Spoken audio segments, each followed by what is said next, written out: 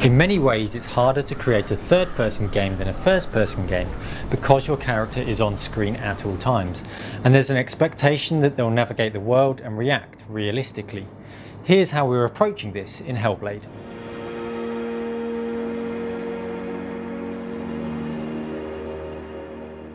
In our early third-person action games, the character was little more than a robot that you would push around through the world. And in Enslaved, we then took the idea that the character is alive and started to incorporate some body language there so she could express back to the player. We have more memory now and better animation tools, so we want to make sure that Senua's appearance and movement is part of what makes her feel believable.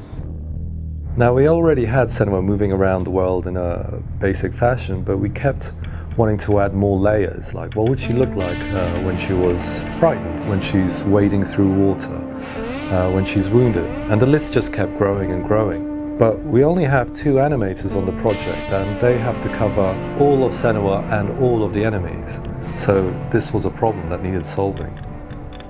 Having built our own mocap studio, we decided that motion capture was the only possible way that we had a chance of achieving this within our constraints.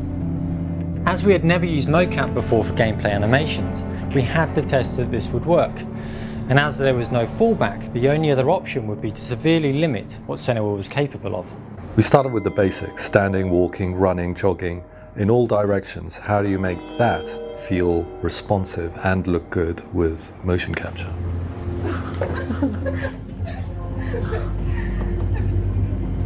So here's an example of what the takes look like before they've been cleaned up. So you can see there are like parts where the feet are broken and the toes and things like that, and but it's easy to fix. So here's a version where actually it's all been cleaned up. It looks much more polished, and it's at this stage that we would put it into the game. But I find the biggest challenge is making nice blends. So obviously you want the animations to blend really well together and then to be seamless, so you can't see where the transitions start and end, but also keeping the responsiveness of the characters that we want. I've brought all the animations, all the movement animations in for Senua. This is a strafe blend space. As you can see, all these, I mean, these are what, like 5 or 6 animations, and they're all in phase and in sync, and they just blend together perfectly. To add to the responsiveness, we added things like having her lean in the direction that you're running in. It gives you a response straight away as soon as you start like turning the stick. It just feels more natural than her running in a straight line all the time. Now we knew the basics worked, we then captured all the layers, walking in a fearful manner, walking through water, walking through fire, walking through deep water. That one was particularly difficult because you have to simulate the resistance that the water would have against the character.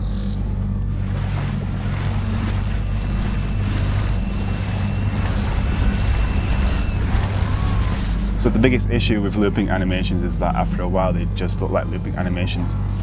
People don't always walk in the same way, so we can try and add this variety to the game by mixing together a number of different cycles with different characteristics. Let's make her cough.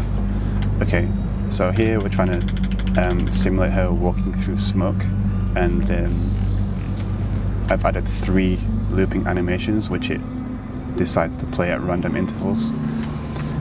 This means that we don't always get the same loop, and it's totally random each time, which adds unlimited variety.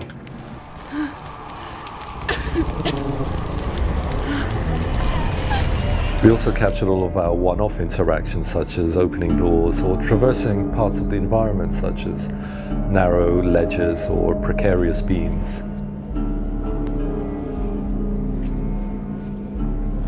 We now had the motion capture animation for Senua crossing the beam in a steady fashion, balancing to the extreme left and extreme right and falling.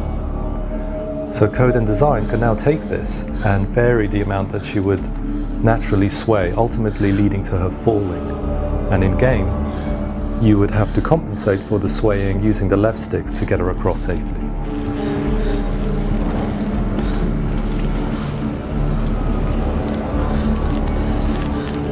So far we've shot 3 to 4 days worth of movement, which gives us the bulk of what we need, and we're in the process of adding these to the game. The results so far have been promising, and we'll capture more as and when we need it. I don't see motion capture as a silver bullet that replaces animators. In fact, it's quite the opposite. It's an empowering tool for animators. So whenever we do the motion capture session, the animators are there to make sure that they get exactly what they want. Only then can they take the raw materials and shape the character to be responsive, to be consistent, to be who they want the character to be.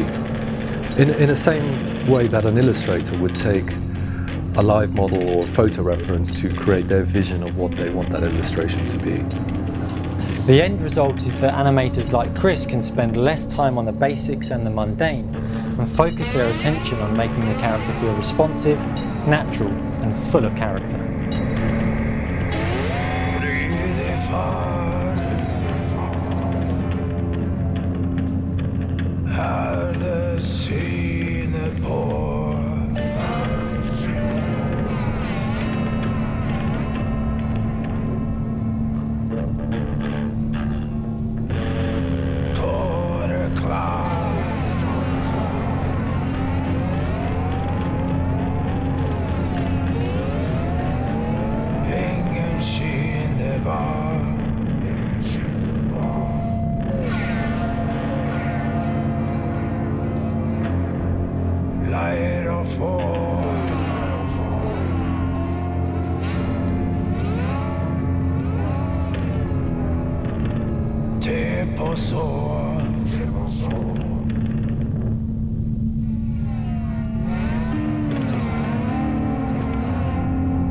Shinata